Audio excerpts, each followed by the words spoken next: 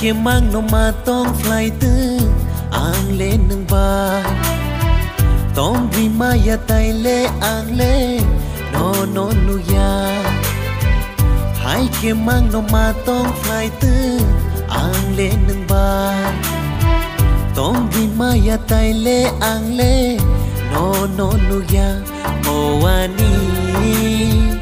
khani hang giang ma ngừng xe